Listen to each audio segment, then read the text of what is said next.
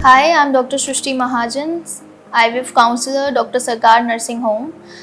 अभी आज हम चर्चा करेंगे कि कैसे एक इनफर्टिलिटी का पेशेंट अगर हमारे पास आता है तो शुरुआत हम कैसे करते हैं। अगर कोई भी कपल अपनी प्रॉब्लम्स लेके आया है कि हम कंसीव नहीं कर पा रहे हैं और लगभग 1 साल से हम लोग साथ हैं और पूरी प्रक्रिया के बाद भी हमें कंसीव नहीं हो पा रहा है, तो उस केस में हम सबसे पहले पेशेंट्स की नॉर्मल इन्वेस्टिगेशंस कराते हैं। मेल और फीमेल के दोनों इन्वेस्टिगेशंस कराते हैं। कुछ वायरल मार्कर्स होते हैं दोनों के, CBC, LFT, ये सारी चीज़ें। और अगर इनफर्टिलिटी पॉइंट ऑफ व्यू से देखें तो फीमेल्स में AMH बहुत ही मेजर रोल प्ले करता है, जिससे हमें उनके अंडों की संख्या के बारे में पता चलता है कि कितने बचे हुए हैं फीमेल्स में।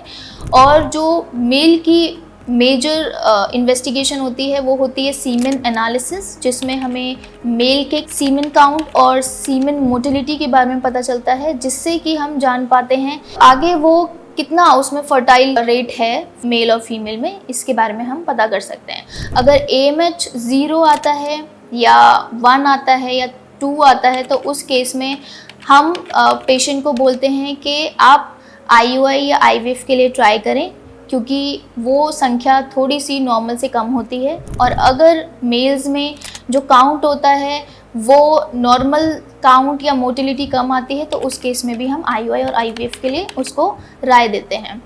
अब IUI फीमेल्स में कब होता है? जब उसके नले दोनों खुले हुए हों, तभी IUI पॉसिबल हो सकता है, क्योंकि रास्तों का खुला होना बहुत इम्पॉर्टेंट है, तभी IUI का कोई महत्व है करने का। और मेल्स में जो काउंट होना चाहिए वो बहुत अच्छा होना चाहिए, जिसकी वजह से फिर हम IUI कर सकते हैं। सही समय पे शुक्राणुओं को उसकी जगह पे छोड़ सकते हैं, जो कि एक IUI की प्रक्रिया है। IVF में तब जाते हैं जब फीमेल्स में दोनों नले मीन्स जिसको बोलते हैं बायलैटरल ट्यूबल ब्लॉकेज है, जिसकी वजह से फीमेल कंसीव नहीं कर पाती है। तो उस केस में हम उनको 3 राय देते हैं। पहली राय हाइड्रोटिबेशन, जिसमें कि हम दवाई को एक प्रेशर से डालते हैं और देखते हैं कि नला खुला या नहीं। ये प्रक्रिया लगभग 3 से 6 महीने तक कर सकते हैं और उसके बाद HSG जो कि ट्यूब की जांच है वो की जाती है। दूसरी चीज़ होती है लैप्रोस्कोपी, जिसमें इंस्ट्रूमेंट के द्वारा फीमेल के नलों को खुलवाने की कोशिश की जाती है, जिसमें कि जो सफलता दर होता है वो 19 से 20% होता है। और लास्टली अगर इन दोनों टेक्निक से भी फीमेल के अगर नले नहीं खुलते हैं तो लास्टली जो सबसे अच्छा सक्सेस रेट जिसमें होता है वो होता है IVF। 60% सक्सेस रेट होता है, तो हम लास्टली उसको IVF के लिए काउंसिल करते हैं।